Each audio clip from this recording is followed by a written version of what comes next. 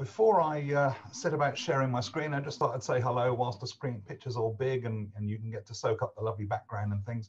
I'm the managing director of a company called Corpdata, and for quite a few years now, about 30, we sort of ply our trade supplying business-to-business marketing databases. And over the last few years, we've also been helping people be compliant with GDPR. So let me just start by, first of all, sharing my PowerPointy type screen. Hopefully that's got everybody able to see it. So first things first, the talk had, of course, originally been intended to be talking about marketing under GDPR, and most especially it's talking about the evolutions that are happening there. And I wanted to try and cover these 4 different topic areas. My starting point actually was to start by looking at some of the inquiry letters and actions and things that are taken by the ICO, and then go into that in a little bit of depth to try and explain how one might make sure you're positioned and prepared properly so that hopefully you don't get bitten by the same sort of problems yourselves in due course. We will be doing that, but obviously COVID-19 has come along, so I'm pinching quite a large chunk of my GDPR time for COVID-19, and we'll be making things up as we go along.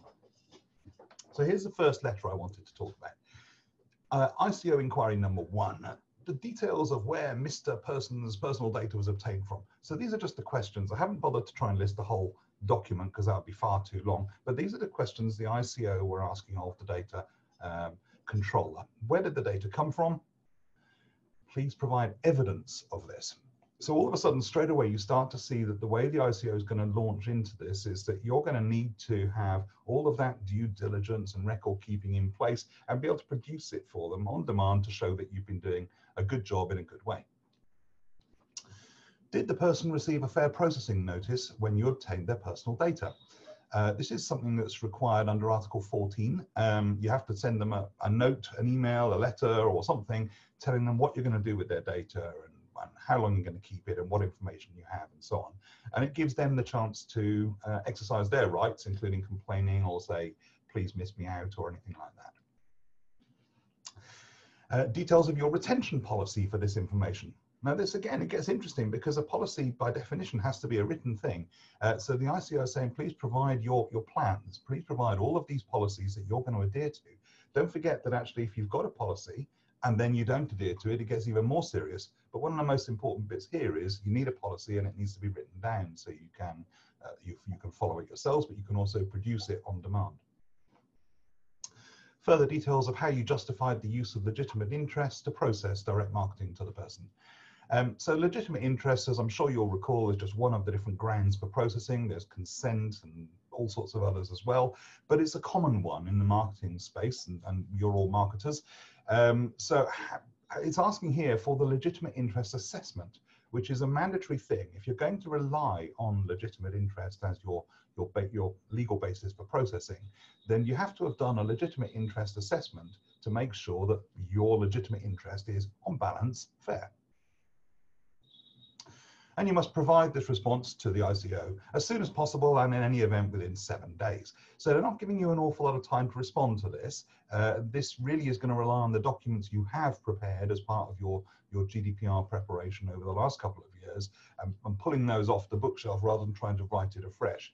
In fact, I would say don't try and write it afresh. If you don't have something, you'd be better off apologizing at this moment and hoping you can apologize enough to get away with it, but in practice there's no point trying to suddenly make something up now when you've got an inquiry from the ICO, because the likelihood is you'll be promising something that you haven't actually delivered on. You'll actually be in more trouble. Okay, letter 2. What conditions of the Data Protection Act, which you probably are aware is what GDPR is now called. It got renamed again as the Data Protection Act as it got enshrined in British law. So what conditions of the Data Protection Act listed in Schedule 2 or 3 of the Act do you rely on to process the personal data? So this is what legal basis, legitimate interest or consent or others. And you have to, of course, have thought that through for every bit of data you're processing. And in this case, it was marketing related. Has the person requested that you cease processing this data? And if so, have you complied with that request? These are relatively straightforward questions. They either have or they haven't asked, and you have or you haven't complied. But it obviously starts you down a slippery slope if something's gone wrong there so far. Does your organization have a policy, written procedure, or guidance which set out how complaints about data protection, breaches, or incidents should be handled? Guess what? If so, please provide a copy of this. So the question here is, do you have a policy? There's no absolute requirement that you have a policy. So it would be reasonable to say, no, we don't have one.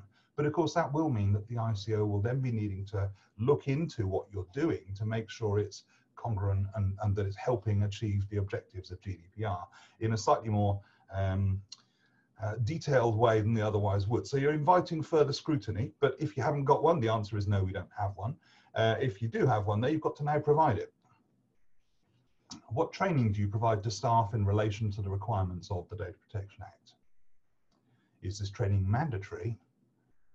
And how frequently does this training occur? So the ICO in this instance clearly had some concerns that maybe somebody hadn't dealt with something in a proper fashion, and maybe it was an education gap.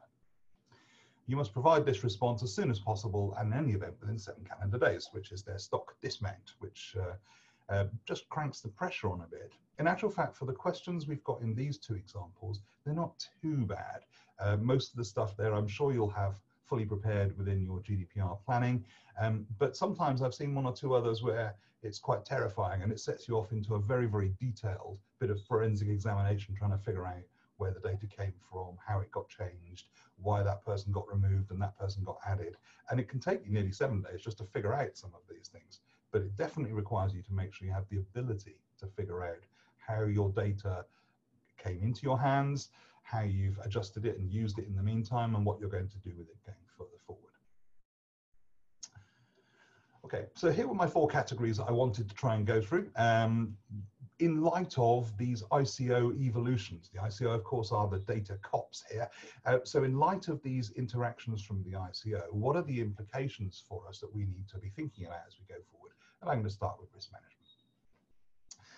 My suggestion to you, to try and keep it nice and simple, is that you think about the different data processing you're doing along 2 different lines, principally. One is, what's the worst that might happen? And try not to ask it in a blasé way, like I just did it. It might be a good idea to put a tremble in your voice. You know, what's the worst that could happen? Almost like you're watching a horror film. And then ask the flip side, of course. What's the worst that could happen if we don't do this activity? Because sometimes the impact is such that when you're weighing up those pros and cons, as an organization, you really don't feel you've got any choice but to do it anyway, even though there is some risk to data subjects. Now, there's all sorts of assessments you'll need to do to see if that feels fair and reasonable, but nonetheless, it might lead you down the direction of managing the risk for the data subjects rather than stopping doing the work altogether. You might have to do the marketing, or else you don't find those new clients, for instance.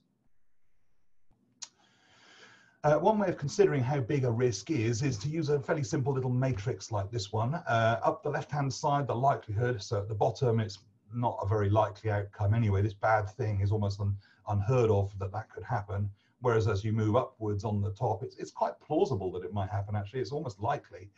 And along the bottom there, how devastating would this bad thing be? On the left, it's nobody would really notice. It's almost inconsequential.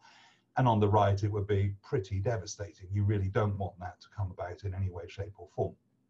Now, when you're considering the risk that you're facing here, the risk that the data could be hacked, or that you might leave your laptop on the train, or whatever it might be that you're thinking through, if you apply this little matrix, you'll probably come up with a fairly simple way of saying, I probably won't leave my laptop on the train, but oh my word, it would be devastating if I did. And it would leave you in probably one of those pale blue boxes. And one of the things you might then do is say, that is a moderately risky place to be. How do we go about mitigating that? How do we go about protecting against problems there? And it may be that that takes you in the direction, for instance, of encrypting your laptop and putting extra strong passwords on things. Clearly, anything in the red box, you shouldn't probably be doing at all, but you actually need to figure out what those boxes mean for you. It slightly depends on what sector you're in. If you were using health data, for instance, the red, yellow, and even the pale blue boxes might be sufficiently scary that you don't want to jeopardize the data at all. Whereas actually, if it's just a marketing list, it may well be that red and yellow are things that you feel red you can't do, yellow you can do, but you have to be extra careful to mitigate those risks It's a fairly useful little way of assessing how risky something is. Okay, so in terms of new realities, you need to stay on top of GDPR. It's changing. The ICO letters are starting to arrive, and what's clear is that that plus the emerging actions that will come around as well are going to evolve the sort of common practice about what's expected in and around GDPR. So keep a weather eye on what are the actions and the fines and so on. But the examples I've just given you here aren't about huge fines. They're actually just the start of a process where the ICO are responding to a complaint from somebody. Things will continue to evolve, so you have to keep staying on top of these things. It's difficult, but it's worth actually having the ICO webpage on your visit once a month list, probably, just to see what new things they've been coming up with. Right at the moment, for instance, they have some comments to make about COVID-19. And you will need to change. So you will need to be not just reading that stuff and taking on board the fact that the world is evolving. You will need to be changing the way you're doing things to be able to stay up to date, to stay safe, and to represent the interests of your business properly. Okay, so embrace those changes. In just adjusting your future plans, embrace the changes as best you can. Find the positives. Now, this is a really difficult thing because GDPR was always a pain in the neck in the first place. So to actually find some positive spin on that is quite difficult for most people. But what I would say to you is it will help you tremendously if you force yourself into that mindset from time to time. Because actually within this, there are some positives. It does help build trust with your data subjects. And in your case, that's probably customers. So it does help build that trust, and that's a really valuable thing. Furthermore, what worked yesterday might not work today anyway, in more than one way. It might be that the law itself just says you can't continue to do that, and so stop it. But it may be that actually the world has evolved and that people aren't as receptive to what you're doing now as they were before. Their expectations have changed about the way their data will be used. So you need to be alert to actually just what is practically helpful for you as well.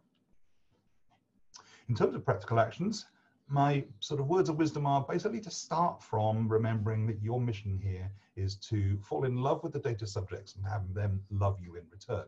And by and large, you're not going to do that by tricking them or misleading them. You're going to need to be fairly open and sharing with them and respect their views and their wishes as you travel through this. Be skeptical of your data sources. So this might include people like Corpdata who supply marketing lists. Definitely be skeptical of those organizations. Check into them and do your due diligence. But you also need to do the same with any data you may already have lying around in a dusty cupboard. That old data that you don't really know where it came from, probably you shouldn't be using it in that form anyway. You probably need to go through a proper cleaning process before you do anything else. But it may be you shouldn't be using it at all. So be skeptical of data, whether it's new stuff that's coming in or old stuff that may still be lying around. In the same way as checking into your data sources, you want to check into your processors. So this might be a fulfillment house or something like that. Somebody who's going to send out your mailing or send out your email. You're sharing the data with them to be able to make that happen. And that's putting that data at risk. You're exposing it to new processors, and GDPR's got something to say about that. And under Article 28.3, it helpfully writes a beautiful list of what's required for your contract, but it says you have to have a contract with all data processors, which determines how they will treat the data safely and securely to make sure that everybody's interests and protections are looked after. And be ready to answer the questions from the ICO, or anybody else for that matter. But in essence, what that's going to mean is keep your evidence. You're going to need to keep records of the things that you've done, because that processor that you've checked into, you've done your due diligence, you've got an Article 28.3 satisfactory contract in place with them, may still let you down one day. And when they inadvertently put all your data on the internet, you're going to need to be able to show to people that you checked into it, you really, really went sort of hammer and tongs at this, trying to make sure everybody was safe, and then some human error somewhere else let you down in the end. If it doesn't look like you cared or you looked into people, then you'll be going an awful lot worse than if you can say we really, really tried and here's the evidence. So have written policies. Don't rely on a general understanding. Do your due diligence and record it. Keep those notes, have them on file, ready to produce within 7 days if and when you need it. Keep records of sources of data and of course any opt-ins or opt-outs and the contracts that you've got with suppliers and processors. You're going to need all of this stuff as soon as the ICO get interested.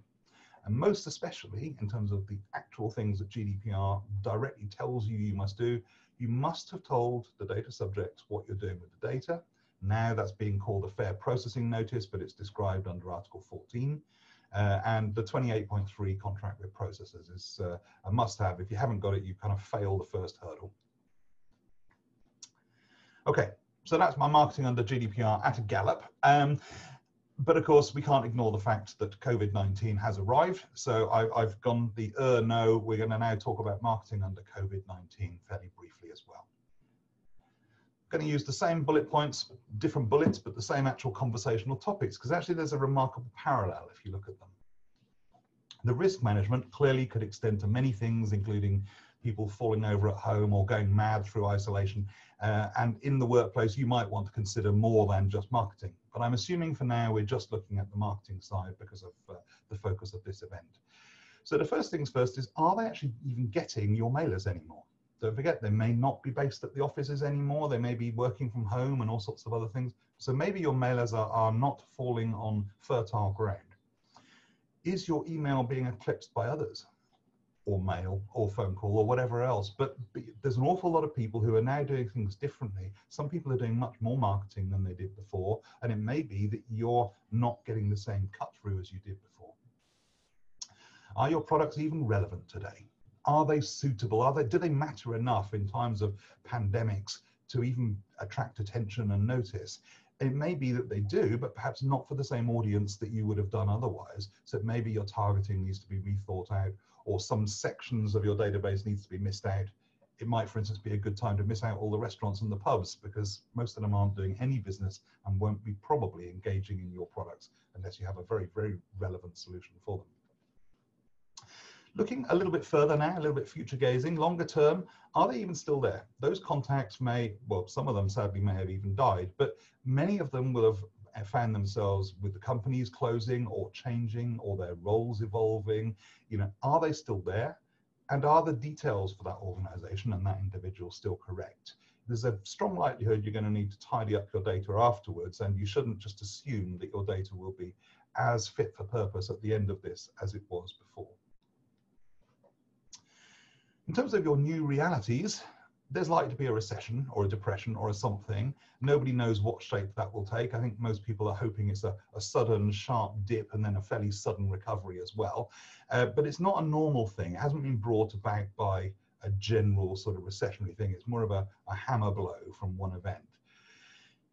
You're going to have some unforeseen and probably unplanned challenges, and you're going to have to be agile. So one of the things I would say is try and stay light on your feet with your thinking. Try not to get too down one track, because you might find it hard to respond to some of the things you see coming up in the future. And some of those are positives.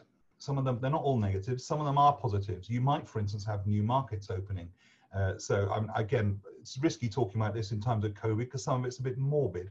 But we have one customer, for instance, who traditionally did wedding videos and corporate videos, who has now set up an enterprise doing live streaming of funerals so that people can pay their respects to loved friends and relatives at a time when everybody's locked down. So it's actually serving a really good social purpose, but it's also ongoing business at a time when there aren't so many weddings or corporate launches going on.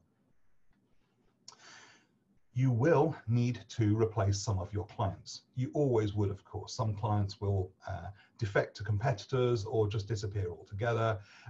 So you were always replacing some, but you will need to replace more than ever before. This is one of those turmoil times, which means things are being shaken up quite quickly, and you will have a choice to make. Your choice is dead simple. You'll have to decide whether right now or in the imminent future you hibernate, batten down the hatches and save your money and your energy ready for when times are good, or to go for it, go large and make this as effective as possible. Invest in your marketing, invest in your customer acquisition so that you're well positioned to take advantage of it after the recovery, grabbing market share effectively. They're both entirely valid techniques and strategies, and which one is the correct one for you will depend on your organization and your strategic view. I would say that there is a case for having a strategic think, though, and you may need to do that with some of your other business shaping colleagues to actually decide consciously, how are we going to try and move through some of these things? Are we, for instance, just going to prepare ourselves for after COVID so we can launch ourselves into it properly then? In terms of adjusting future plans, embrace the changes, just like with GDPR, embrace the changes and find the positives. What worked yesterday might not work today. The products and services may not be as relevant. Your marketing techniques may not be as relevant. You're going to have to be prepared to try some new things. And you may well find that you are the last one standing, the sole survivor in your industry, able to capitalize on a whole great new future. And you will probably need to rethink your targeting because right now there are sections of the audience out there which aren't receptive to your message and others which may be especially receptive to your message. Interestingly, what worked yesterday might not work today is something that we took to heart as Corpdata. We've always been quite successful selling data to small and medium enterprises because we're very efficient. We've done lots of great IT stuff, and so we can afford to sell data, frankly, with a lower minimum order value than most of our competitors. We've also been very effective with marketing agencies because by and large data is a bit chunky, and when they find a decent source they like to keep reusing it. So we get a lot of repeat business from marketing agencies, which is great. We've always been really bad at dealing with the corporate blue chip type sector, and that's principally because they expect to have loads of boardroom meetings and strategic discussions with us, and we've chosen to base ourselves in Devon because it's a nice place to be. But it does mean it's rather difficult for us to get to those boardrooms and having those chats on a regular basis. Simply, it means our competitors have an advantage over us in that regard. So COVID-19, and more to the point, our use of webcams and things, has changed the way that people are interacting. Right now, we're doing a conference here via telephony. And it is interesting that I think people will become more familiar and more accustomed and more comfortable with the idea of doing things down a camera on top of a computer. So what we've done is we've got our technical teams working on re-sculpting our consulting suite, the stuff that we would normally use ourselves, so that we can effectively sit side by side with people and go through some of the questioning and the teasing that goes on to try and get people to the best outcomes possible, so that we can do it side by side with people over a webcam. And actually, from our point of view, what that means is we are now exactly as close to that large blue chip company as our competitor, who otherwise was a few hundred yards down the road. So there are some positives, and if you go looking for them, some of them are there. So try and find that positive direction for your practical steps. Try and find the helpful things you can do. By all means, that can be as little as preparing your next campaign, but it might be trying to rethink whether your products and services can be reshaped and repositioned in some way. Rather like Corpdata, you may well find that new technology is going to change the way that you can deal with and approach your clients and prospects. Maybe there are new markets. Maybe you just use this opportunity to win friends for life, people who won't defect as quickly because you were there for them when they needed you. So these things are arguably a marketing spend, even if there's also a great social value in doing something that's valued at a time like this. Do make that decision to hibernate or to power right through the whole thing. And I would say if you're not alone in making those strategic decisions, it is well worth having a cyber meeting with those people, a socially distanced meeting, so that you and the directors and whomever it is who cares about that can have a chance to explore some of those ideas. Now is a great chance to actually do business planning in a way that sometimes it gets neglected. And in a very, very practical step, plan how you're going to deal with your data afterwards. Your data will have eroded and suffered, and that will have direct consequences for your marketing outcomes later. So plan how you're going to cope with that to bring that back up to full productivity. Okay, on the upside, it is manageable and Corpdata can help. We'd be very happy to do so. We've been doing so for quite a number of years. We'd be delighted to do it with you. It's possible to market with GDPR compliant data. We have loads of it. It's possible to update your existing data. It's possible to refine and document your policies and procedures. We've been helping companies large and small to be in line with GDPR as required, to manage the risk, and ultimately to also go through, potentially online with a webcam if my technical team come through, to consider other strategic options that your business might have and how targeting might be able to lead you to a great new tomorrow. Now, we're meant to have questions at a time like this, and I've noticed on television everybody has to have a red and yellow banner with a 3-point plan on it. So I've come up with this one. It's stay marketing, protect market share, and save profit line, which is a bit glib and flippant. But nonetheless, there's a chance for questions, so I'm going to re-invite Ash back in if I can. Thanks, Andy. That's awesome. I don't have my lectern here, but if I did, I'd have one here again with the same banner. But I am going to whiz through. We've had some really great questions here actually, and I'm simply not going to have time to go through all of them. So at the end of this, I will supply the link to Andy's stand, and he'll be able to take the questions that haven't been able to answer, or if somebody hasn't answered a question, you just want to talk to Andy. Very happy to chat on the stand after this as well. Brilliant. So just getting straight into those questions. Joe asks, for subscriber lists, is it acceptable to use both legitimate interest for customers and consent for subscribed prospects in the same business? Absolutely, because those are technically they're two different slices of data. So customers, you might choose to use consent, but you may not need to use consent because they're customers, so you can continue to deal with them on a slightly different basis. But you might want to use consent, but there's nothing wrong with having a distinction drawn between your customers and your subscribers or your prospects, and dealing with different bundles of data using different legal bases.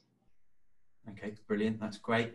And Kath asks, is she correct in thinking that GDPR is mainly focused on personal identifiable information rather than business-to-business contact, where we're dealing with information relating to business email address, for example? Okay. Yes and no. So she's absolutely correct. It's to do with personally identifiable information, and traditionally that has meant, this is back 5 years ago or whatever, the Data Protection Act, old style, that has meant details about people at home. And business information about executives at work was normally considered to be not personal data. One of the bigger changes that GDPR brought with it was that anything that can identify people is now considered personally identifiable information. And that includes information about people in their workplace, which could be just their email address. So I'm afraid GDPR is now about business information as well, not if the information extends purely to Corpdata Limited and my address and phone number, but as soon as the information includes Andy Smith at Corpdata Limited, you've now got personally identifiable information and GDPR kicks in. Okay, brilliant. I think that's a really great answer for that one. And literally very, very quickly, Patrick asked, if details are obtained via social media, can these then be used directly? I guess it means just without any sort of consent or without any sort of tick boxes. Well, there's always this risk management decision people have to make. You're trying to figure out how to do things fairly and safely so that you don't get in trouble, but also so that the data subjects aren't feeling miffed with you. So the answer to that is probably, yeah, you can. So long as that's what they would expect, I think you're on safe ground. So if within your social media page, you've said, put your information in here and you'll be entered into our circulation list or our white paper list or however you've described it, then they won't be surprised if that's what happened. If you invite them to put information in to enter a competition and then you snaffle that data and use it in marketing, then I'm afraid that would probably fail the test. It wasn't what they were expecting. And as soon as it starts surprising a data subject, you've probably gone wrong. But no matter how you get the data, I would suggest that you shouldn't forget the fair processing notice, the Article 14 stuff that's required, which means once you've got it, you tell them what you're going to do with it. And that provides them the chance to change their mind effectively, to say, no, don't use my data like that. I didn't want you to do that. Okay, brilliant. And that is all we've got time for.